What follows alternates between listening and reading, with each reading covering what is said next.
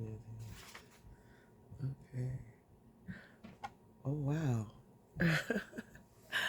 Hello and welcome to Dearest Father. My name is Rima.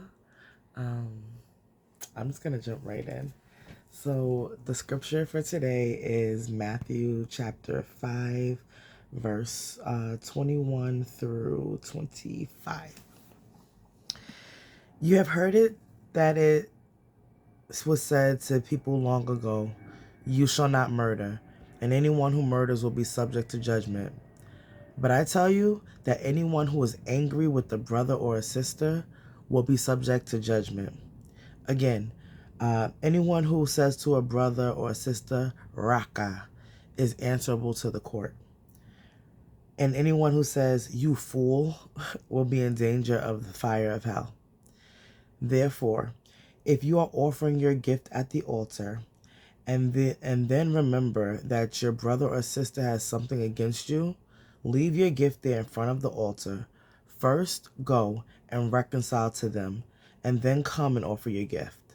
Settle matters quickly with your adversary who is taking you to court.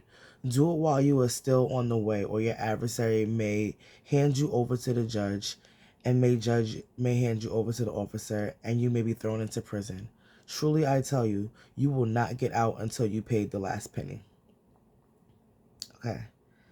So the part that really sticks out to me is just like, if you remember that you are having a problem with a family member, a friend, a sister, or whatever, um,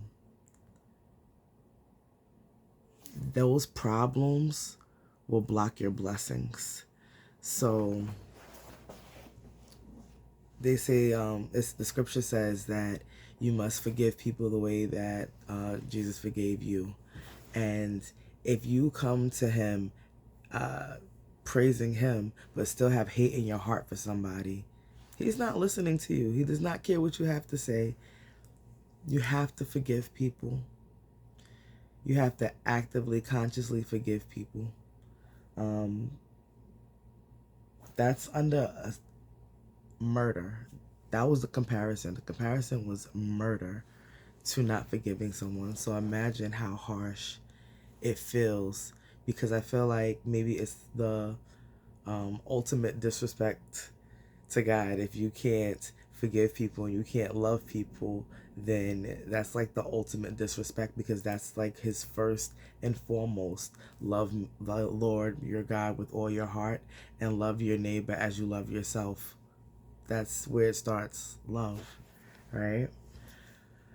Okay, so I want to take you on a little bit of a journey and explaining to you my process that I took before receiving my first miracle.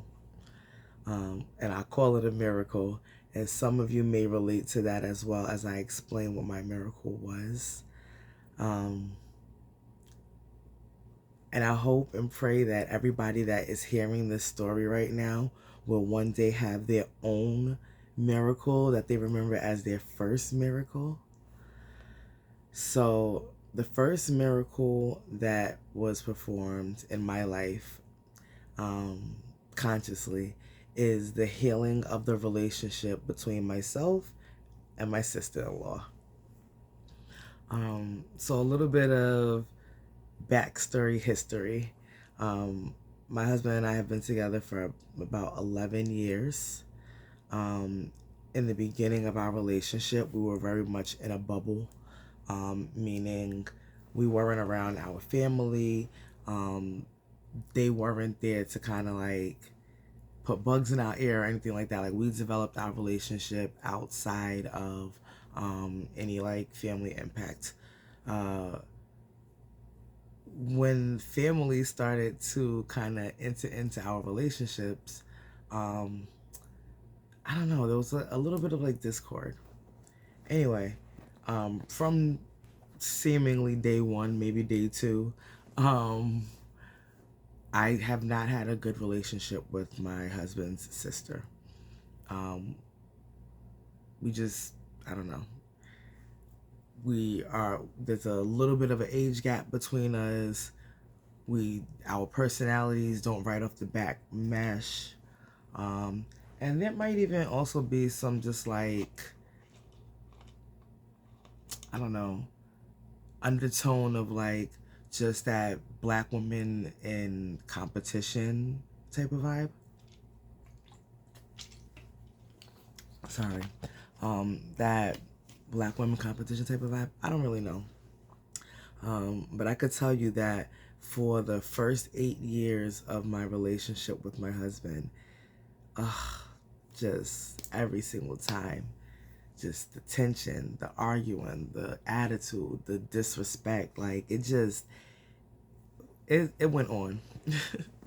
Fast forward, I have these children who are amazing, and they are a huge just like bridge gap bridger. They bridge gaps constantly with the love that they have. And so I always teach my kids about love. Like, I'm constantly like, hey, tell me about 3 people that, love you that don't live in this house.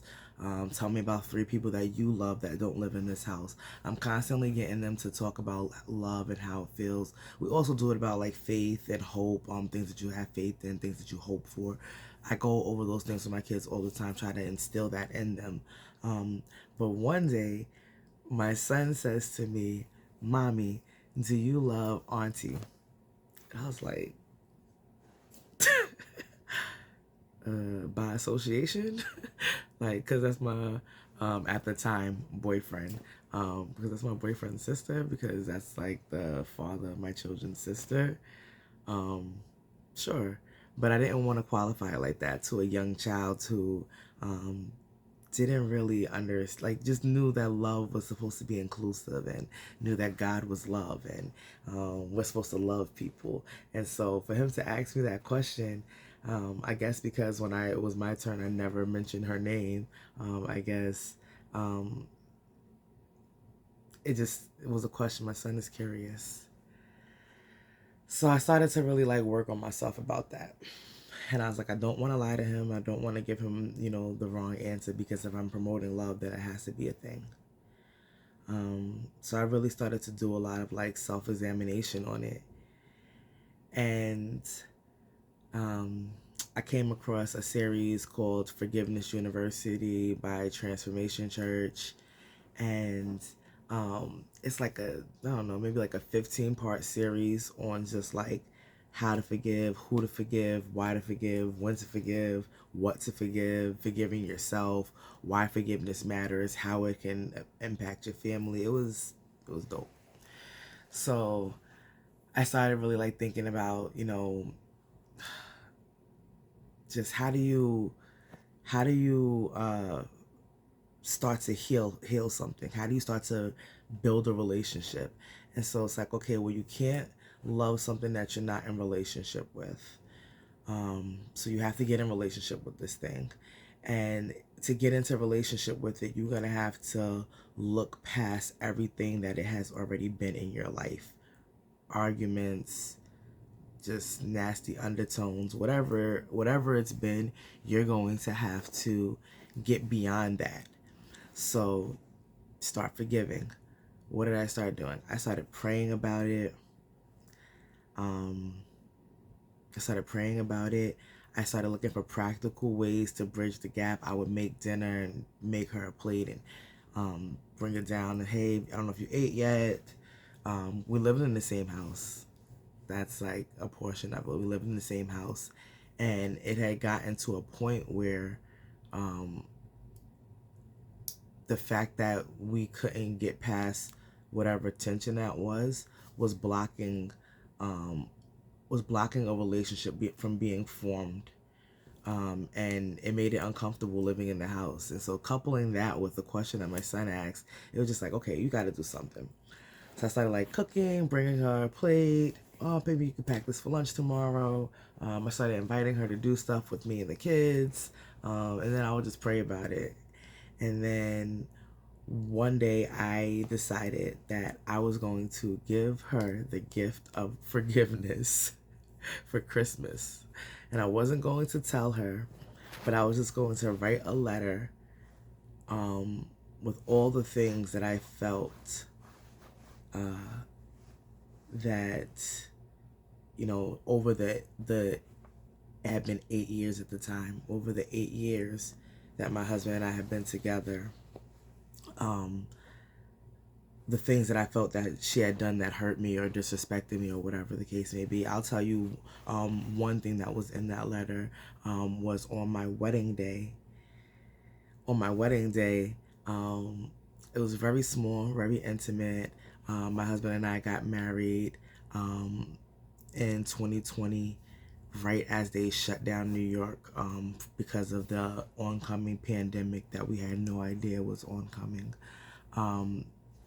That the day of my wedding, it was very intimate, just our mothers, none of my siblings.